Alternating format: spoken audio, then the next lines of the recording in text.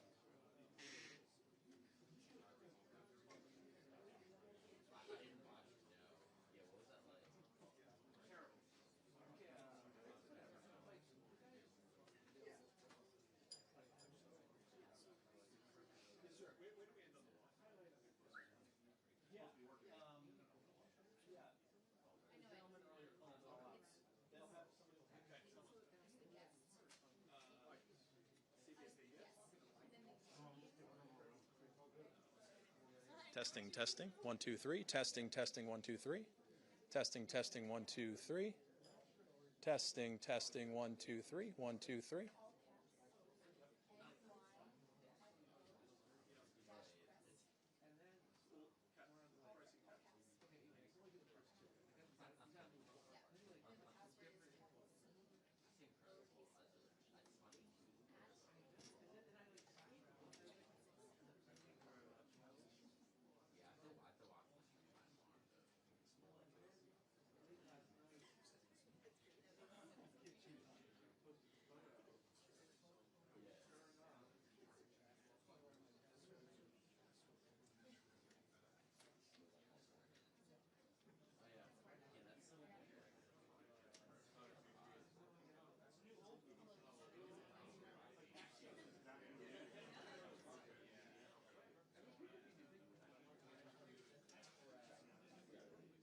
Testing.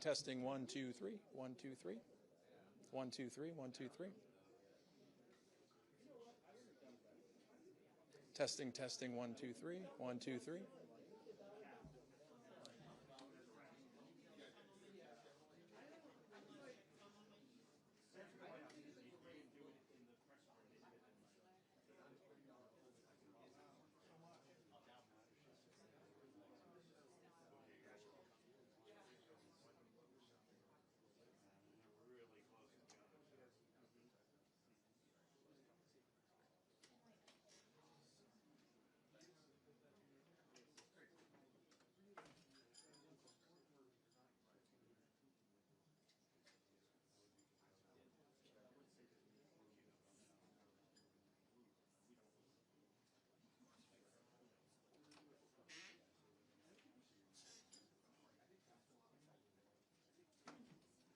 This will be good news for some, maybe not so good news for others. We're 15 minutes. It's about 15 minutes. From 11:15.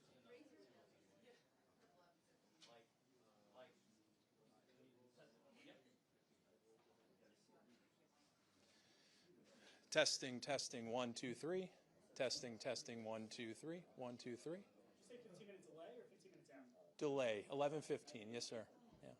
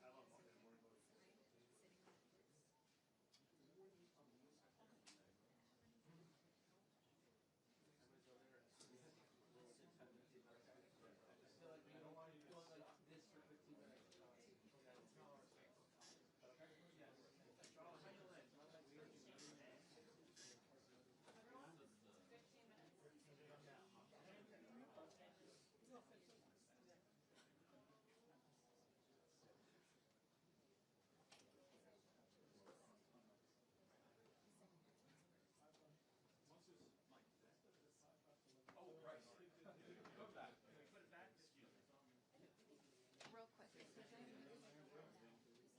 yes, yes. I would prefer it since they're here now, that everybody got in their spots. Okay. And set, this way there's no last minute. No problem. Sorry about that. No, no problem.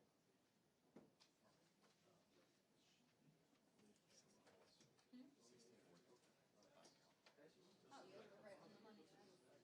Yeah. You know, for press secretary, Plumley. Where? No, Plumley's the one that just was in here. Oh, okay. Yeah. Last one should be that. Okay. Let me see if I can grab her. Takes person.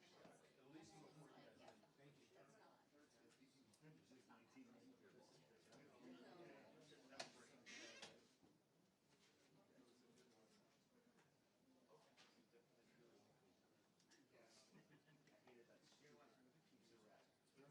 That's not.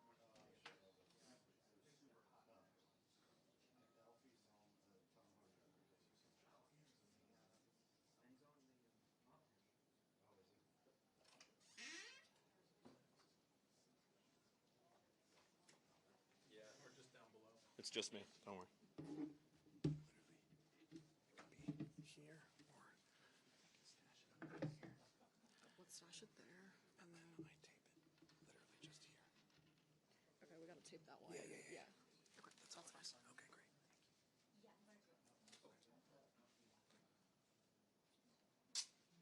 I might push. Sorry, I might push you, but just slightly high. But that's only space. Whatever. See ya. Okay. Thanks, Mike. Oh, yeah. I mean, you guys have a pretty important role. We're just trying to make sure. Get out of here without fucking up. That's all our job is.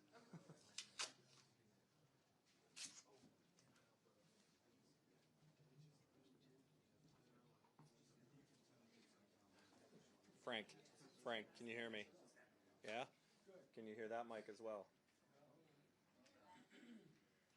Can you hear that mic as well? Yes? Okay, now I'm taking my hand away from the mic. Hello? All right, good. Thank you. What's that?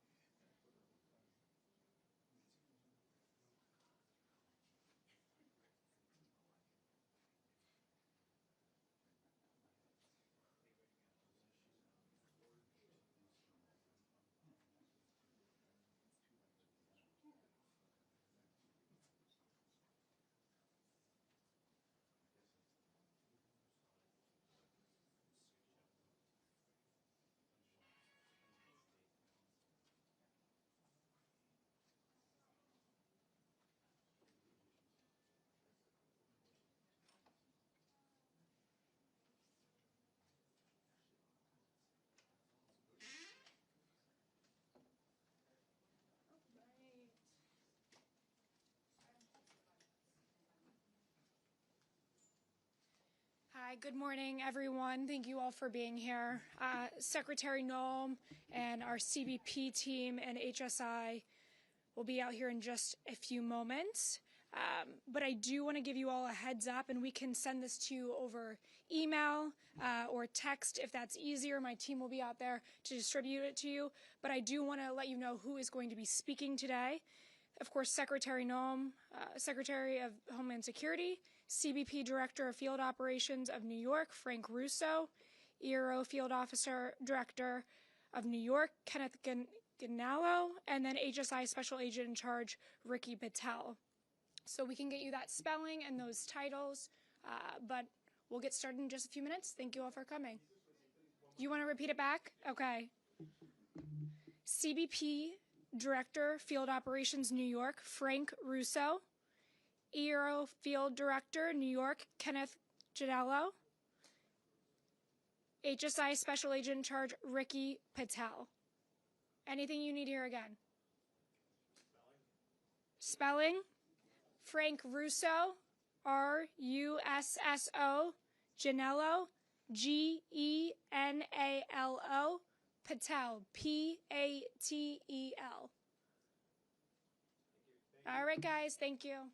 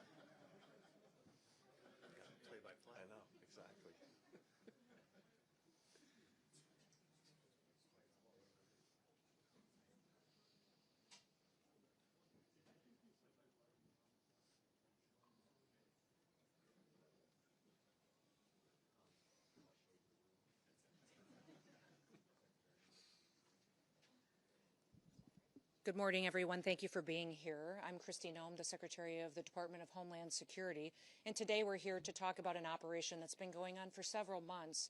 In fact, after an incident happened here in New York City that brought us to a point where we recognized that we had to work together in order to bring illegal criminal aliens to justice. Nearly 6 months ago, 2 criminal illegal aliens attacked an off-duty Customs and Border Protection agent and his friend while they were sitting on a rock in a park after hours enjoying the evening together. These 2 criminals came and attempted to rob them, and it ended up where they bravely fought back.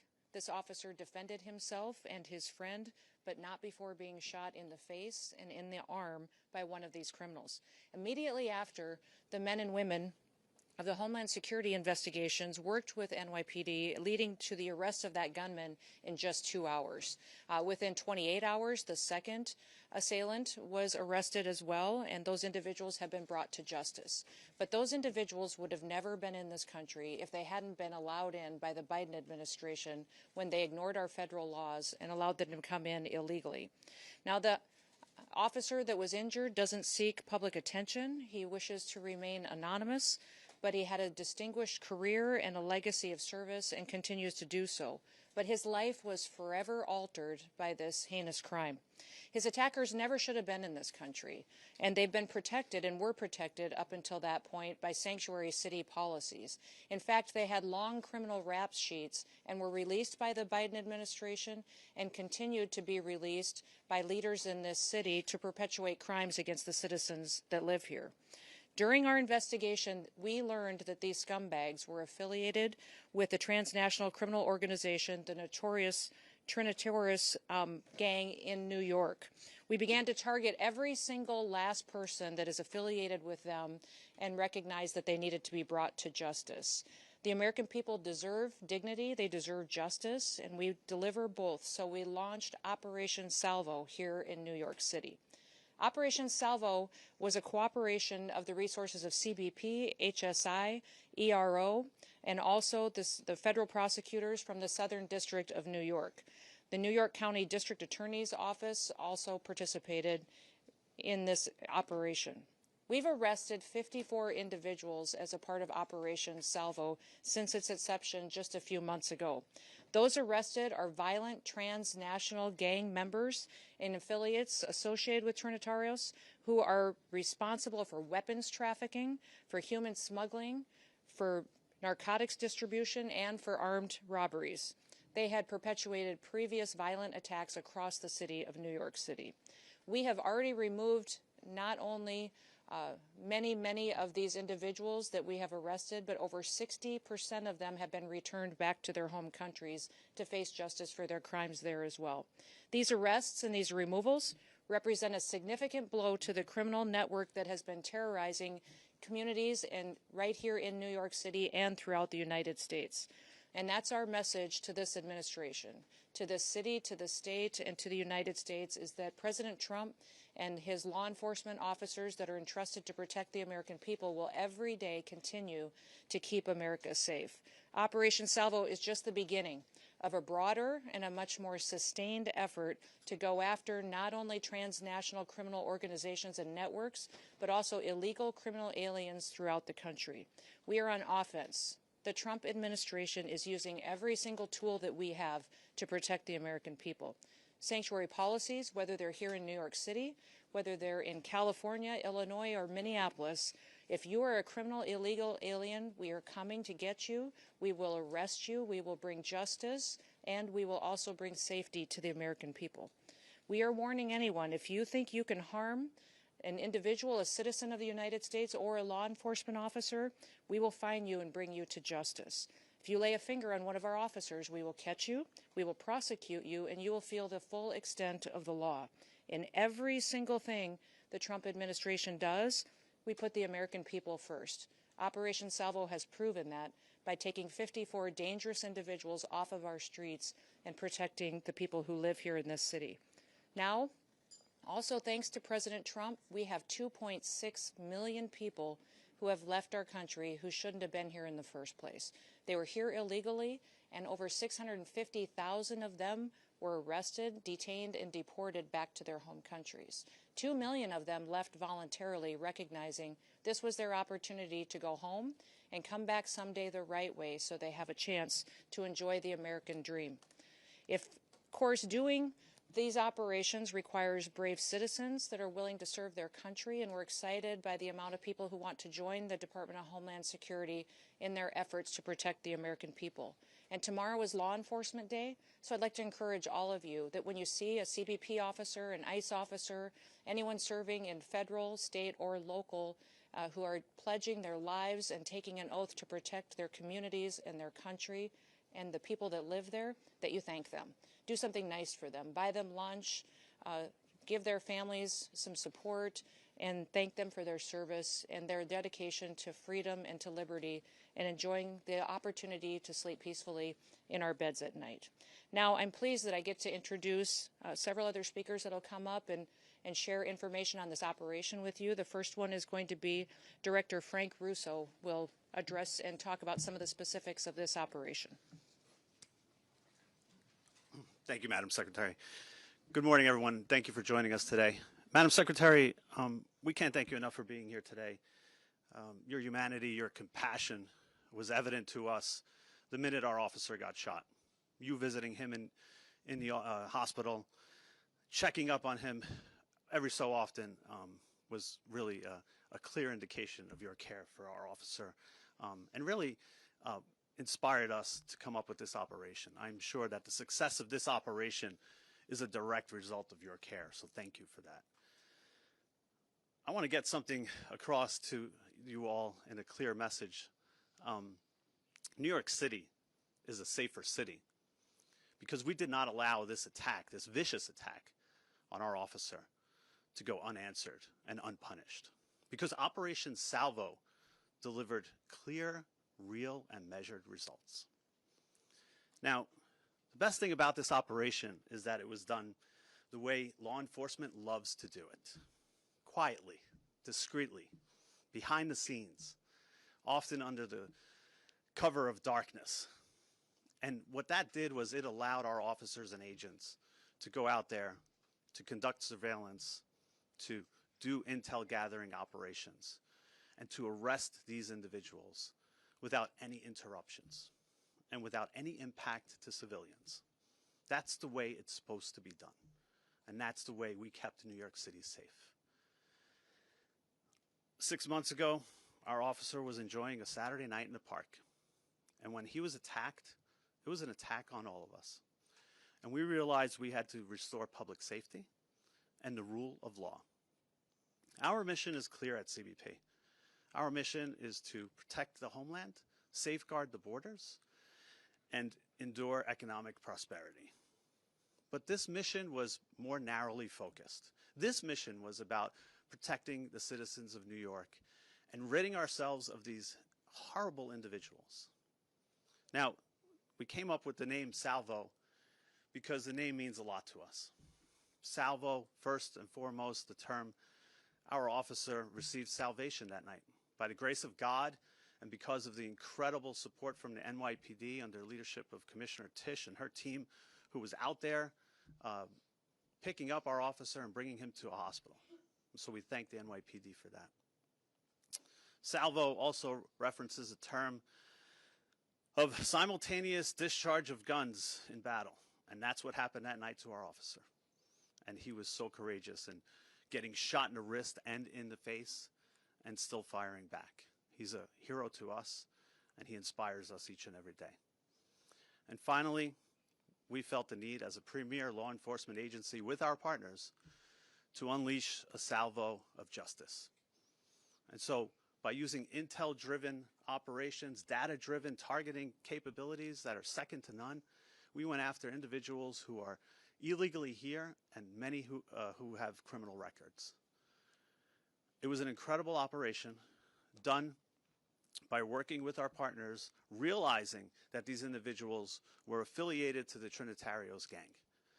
And when we realized that, then we did what CBP and our partners do best: get at the root cause of the problem.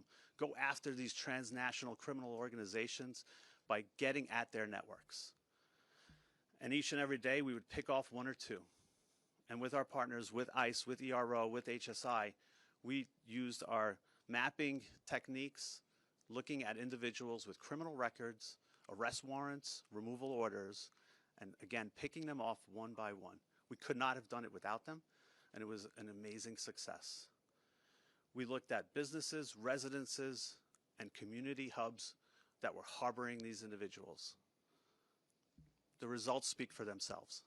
More than 50 arrests as a result of our efforts, all because of the partnership and the work that we did together. It was truly remarkable, and a sign that we will not sit on the sidelines. We will always be there to protect this city. I want to thank, first and foremost, the Secretary, again, our Commissioner, our Assistant Commissioner, the Office of Field Operations, our Special Response Team operators, our task force officers, our Border Security Team, our Field Analysis and Intelligence units, under the leadership of George Pasiakos, Mike Firing, Dave Campos, and Carmine Borges, who did an incredible job of protecting the city and making sure that a Saturday night in the park is safe. Thank you, everybody, for being here. I'm now going to turn it over to ICRO Director Ken Gianallo. Thank you.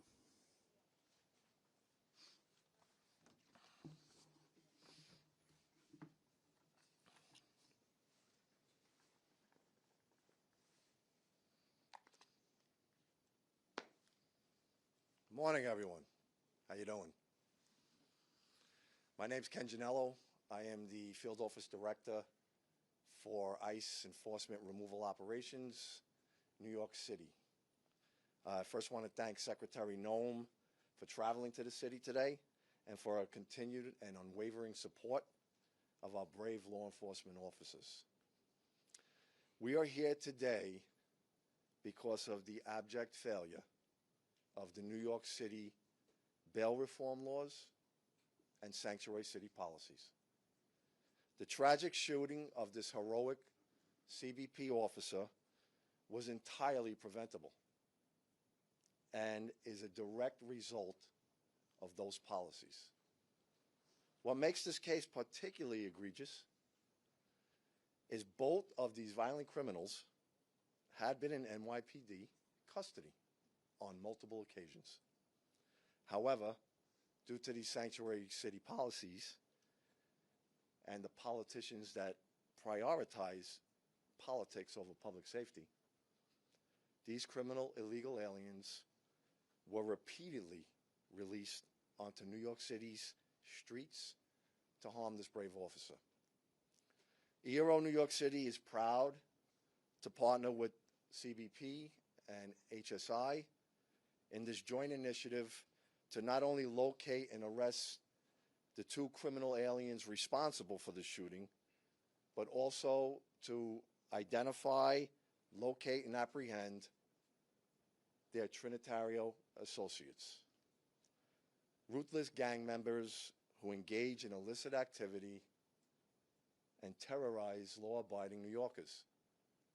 Together, we have arrested over 50 criminal aliens, many with felony convictions, including weapons offenses, drug offenses, robbery, assault, rape, sexual abuse, burglary, and larceny. Approximately 30 of those have already been removed from the United States, while the remaining are in ERO custody at this time. Communities with sanctuary policies suffer the most harm from criminal aliens. When local police release dangerous aliens into the community, they often reoffend in the same community that they are released in. And also, they stay in sanctuary city areas. In this case, the shooter demonstrates he would travel to another sanctuary city jurisdiction, which was in Massachusetts, where he had an outstanding criminal warrant for armed robbery. So to further their criminality without fear of consequences or repercussions, they will travel to sanctuary city jurisdictions, basically hiding in plain sight. They provide safe haven for criminal aliens. The lack of cooperation is unprecedented across the law enforcement spectrum, and rather than the city's stated purpose to protect the immigrants in New York and the citizens of New York City, these misguided policies allow criminals to roam freely in our city, in our country, subjecting New Yorkers and all Americans to unnecessary harm, which includes an off-duty CBP officer just trying to enjoy his Saturday evening in our great city. ICE will continue to uphold the mission to protect the city's residents by holding alien offenders accountable. New Yorkers should not have to worry about violent criminals roaming their neighborhoods because the local systems failed them. We always stand ready to work with our local law enforcement partners without condition and sincerely look forward to reestablishing mutually beneficial path forward for the safety of all New Yorkers to ensure preventable tragedies like this never have to occur again. Thank you. I will now introduce you to the Special Agent in Charge for Homeland Security Investigations for New York, Mr. Ricky Patel.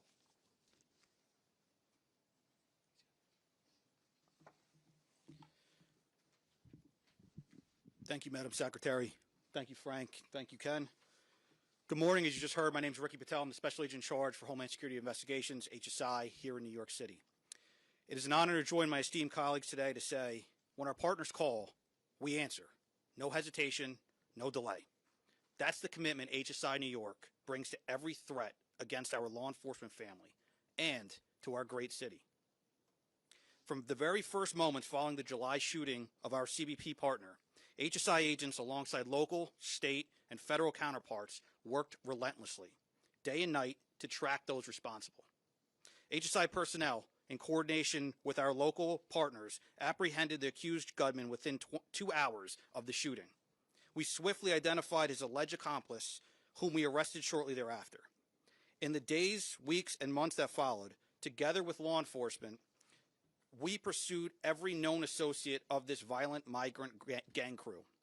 We pored over every piece of evidence, followed every lead, and made it clear an attack on one of us is an attack on all of us.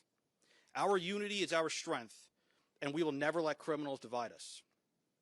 Our investigation led to the capture of individuals tied to violent transnational gangs, including associates of the Trinitarios gang that are responsible for weapons trafficking, human smuggling, narcotics distribution, armed robberies, and repeated violent attacks across the Big Apple. Their arrests deliver a major blow to criminal networks that have preyed on our New York City neighborhoods for far too long. This was only possible because of the unwielding and unwavering collaboration between DHS partners and those from the Southern District of New York, the Manhattan District's Attorney's Office, and the law enforcement partners from all levels. Investigative methods and interviews were conducted. We identified additional conspirators and expanded our reach. I am proud to say that the main targets and dozens of their associates have been taken off of our streets. But our work isn't finished.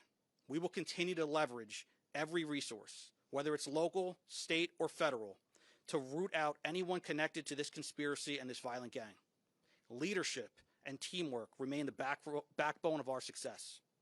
HSI's mission is clear: protect public safety and national security by investigating and arresting the most dangerous criminal elements from our communities. Every day, we use our broad authorities to enforce hundreds of federal laws, targeting transnational criminal organizations from every angle. We will not rest. We will not back down. HSI New York will continue to disrupt and dismantle criminal networks, ensuring our city and our country remain safe. Thank you, and I now turn it back over to Secretary Noem. Well, thank you, Ricky and Frank and Ken, for all of your hard work that you do every day here in New York City, but also for the rest of our country. With that, we'll open it up to any questions that you may have. Of the 54 people, how many had pending charges or criminal convictions? And I'm wondering, ICE's own data in New York City shows that over the last year, between January and October, 70% of the arrests that ICE did in New York City had no criminal convictions or pending charges. Should New Yorkers expect that trend to change? That's higher than the nationwide average. If you look across the nationwide average, we have 70% of the individuals that we've arrested and detained have criminal convictions or charges against them, either in this country or other. We're continuing to do our work to bring those criminal illegal aliens to justice. And ICE will continue to get up every day and do what they can to protect New York City. I can have Frank or Ken speak to if you know how many criminal convictions of the 54 had previous to this arrest that they had. I don't know if you have those data points with you. We can get those for you, though. Exactly. The vast majority of them, though, have criminal charges against them or convictions against them as well. Yes. Where were the 54 people from? Were they all part of the Trinitarios? And what's their immigration status? Again, loosely affiliated to the Trinitarios. Want to make that clear. Through connections connections that we made by speaking to them, understanding who they were, where they were operating out of, and contacts that they had on their phones. Immigration status, all illegals.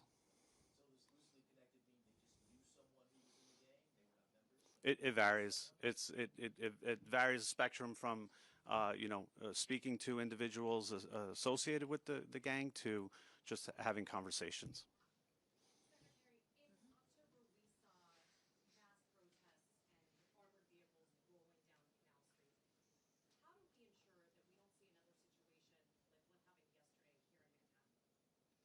What I would encourage everyone to do, and especially your elected officials, is to bring everybody together to talk about partnerships and start working with ICE and start working with CBP as we bring criminals to justice. And many times your policies and the rhetoric coming out of elected officials has divided people and pitted them against each other. Our job every day, and what President Trump promised to do, was to protect every single American, no matter where they lived in this country, that he was going to make sure that we weren't going to have more victims in this country. And we are going to continue to do that each and every day. And I'd encourage the leaders in this city and your governor and in other cities and states across this country to work with us rather than opposing us so that we can continue to make our streets safer. Yes, right here. Hi. Yep. This is not the only example, the one that you bring up today, of officers being attacked by alleged gang members in New York City. We also had those officers who were attacked in Times Square back in May.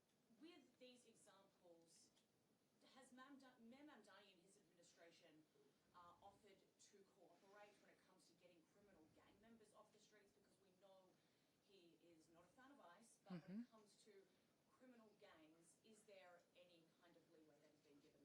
You know, we're hoping the mayor will work with us to get these criminal elements and especially gang members and terrorist organizations out of New York City. I know he and the president had a productive conversation.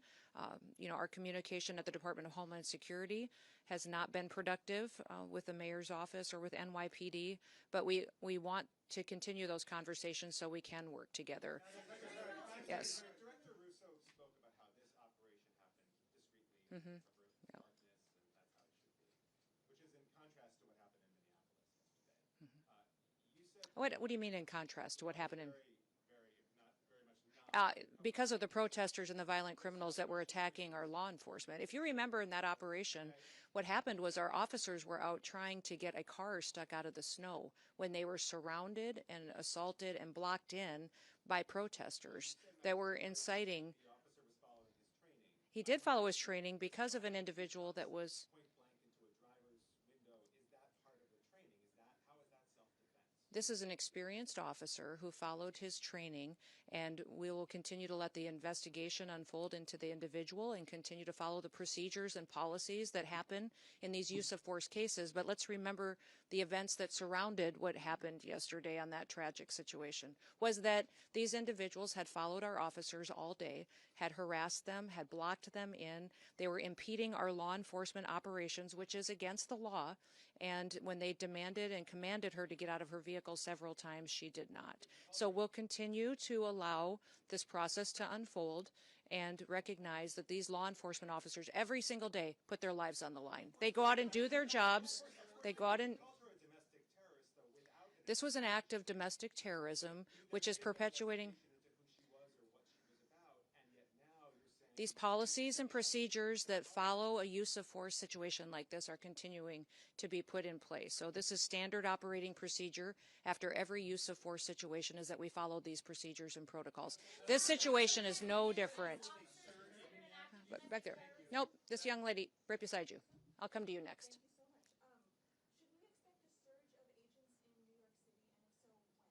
I would say that President Trump and his administration are focused on protecting people. So we will never telegraph exactly the numbers and operations that we have and where we will be focused on.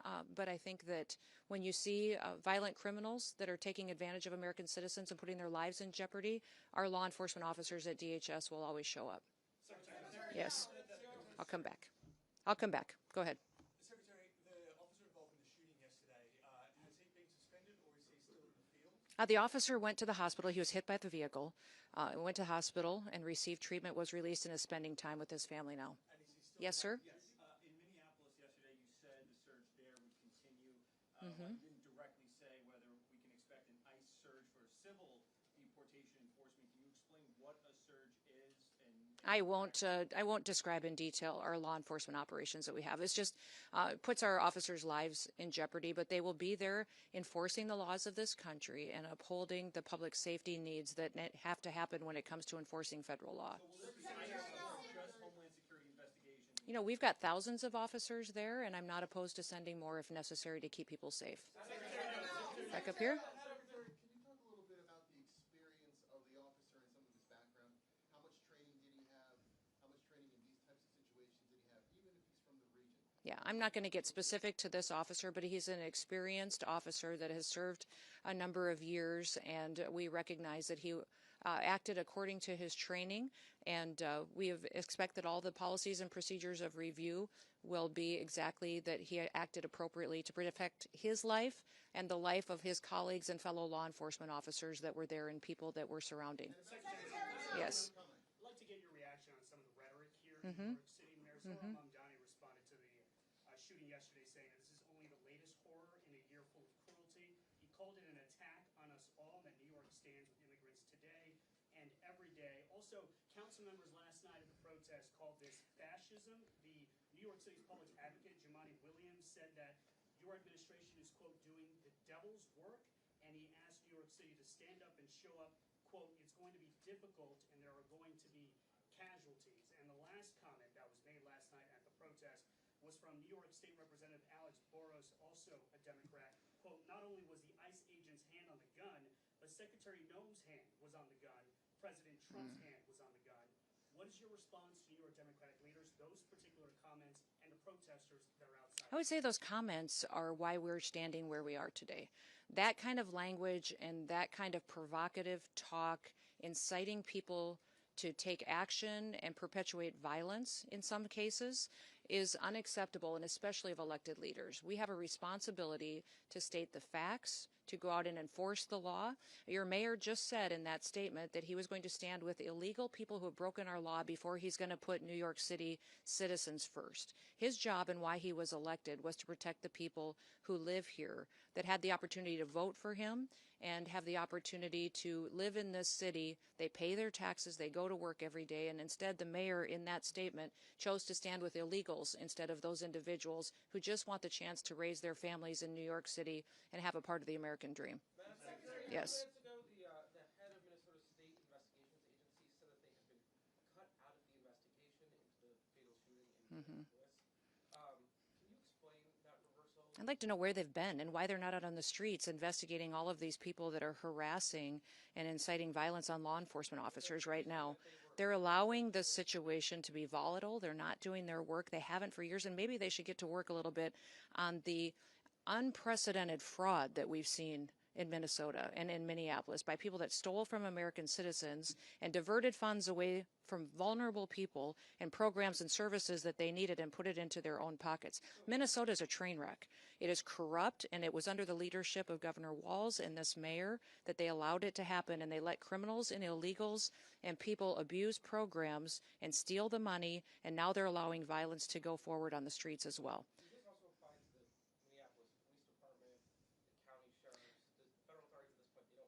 I won't put a blanket statement out like those other individuals will. What I would say is I welcome them to come and help us. Come help us make sure that the streets are safe, that laws are enforced, and that we can do the right thing to make sure that American citizens come first. Yes, sir. They have not been cut out. They don't have any jurisdiction in this investigation. Yes, go ahead. I'm going to speak to this individual right here. Yes.